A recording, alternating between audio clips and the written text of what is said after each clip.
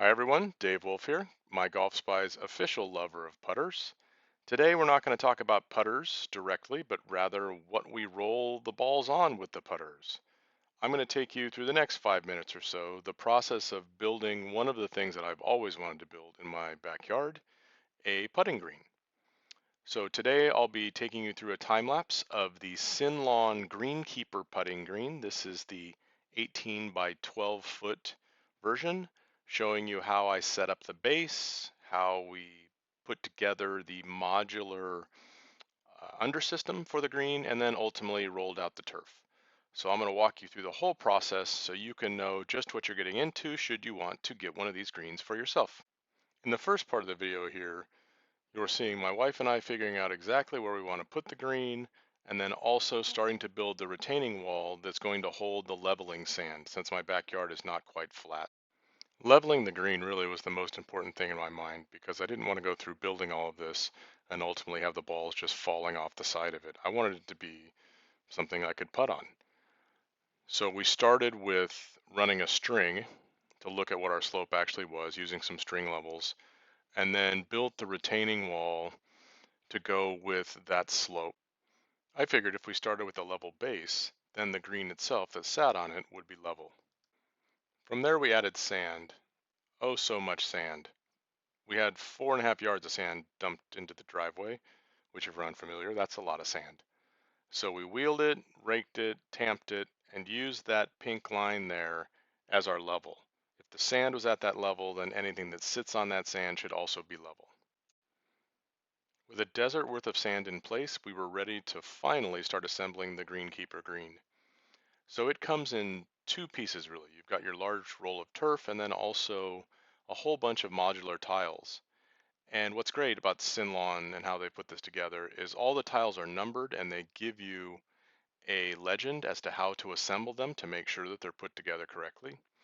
It's a tongue and groove kind of assembly overall for these foam panels with some small plastic cylinders that insert into the edges of the tile, and you'll see momentarily here I'll be putting in the little pins so that once you have them locked in place physically, then the pins come in and make sure they stay locked. So each tile has about really 6 to 8 pins that will lock it in place to the others. And it locks them in place really well.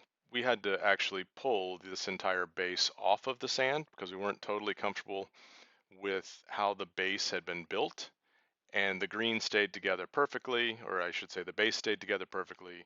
We slid it right back over and were able to drop the turf right on top of it.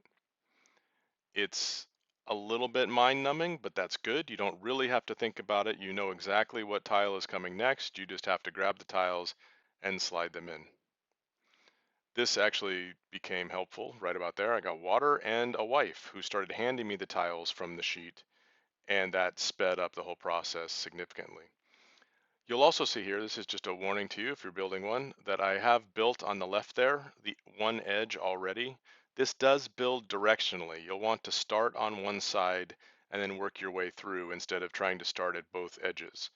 Eventually, I know I did a crazy thing, read the directions and realized that if I was going to get that edge attached, I was going to have to take it all apart and then put in the pieces the way that I should have done initially as per instructions. So read the manual, as they say. Overall, the assembly of this part probably took about 30 minutes in the lovely 100-degree afternoon. Once we had the piece all put together, we moved it over into the spot that we wanted, checked for level, and I started rolling balls on it to make sure that it wasn't super sloped. Once the base was in place and level enough, the next job was to roll out the turf, and this actually proved to be the easiest part of it. The turf itself is one large piece, and it's quite heavy, about 200 pounds, so I was thankful that my friend came over to help me. But because it's one piece, you have no seams to deal with, either for the installation, but also for putting that could knock your ball off of path. We rolled it out, and we were not quite happy with the way the cups were lining up, so we actually rolled it back up and rolled it the other direction, and that seemed to improve the overall layout. With the base in place and the turf on top, it was time to grab a couple beers and start rolling a couple balls. All in all, the process, at least the Greenkeeper part of it, was very easy. The base assembled quickly, the turf rolled out and was ready to go as soon as you rolled it out. Preparing the ground for the installation was the most time-consuming part of the process. And what I was soon to find out was, in fact, it was going to consume even more time.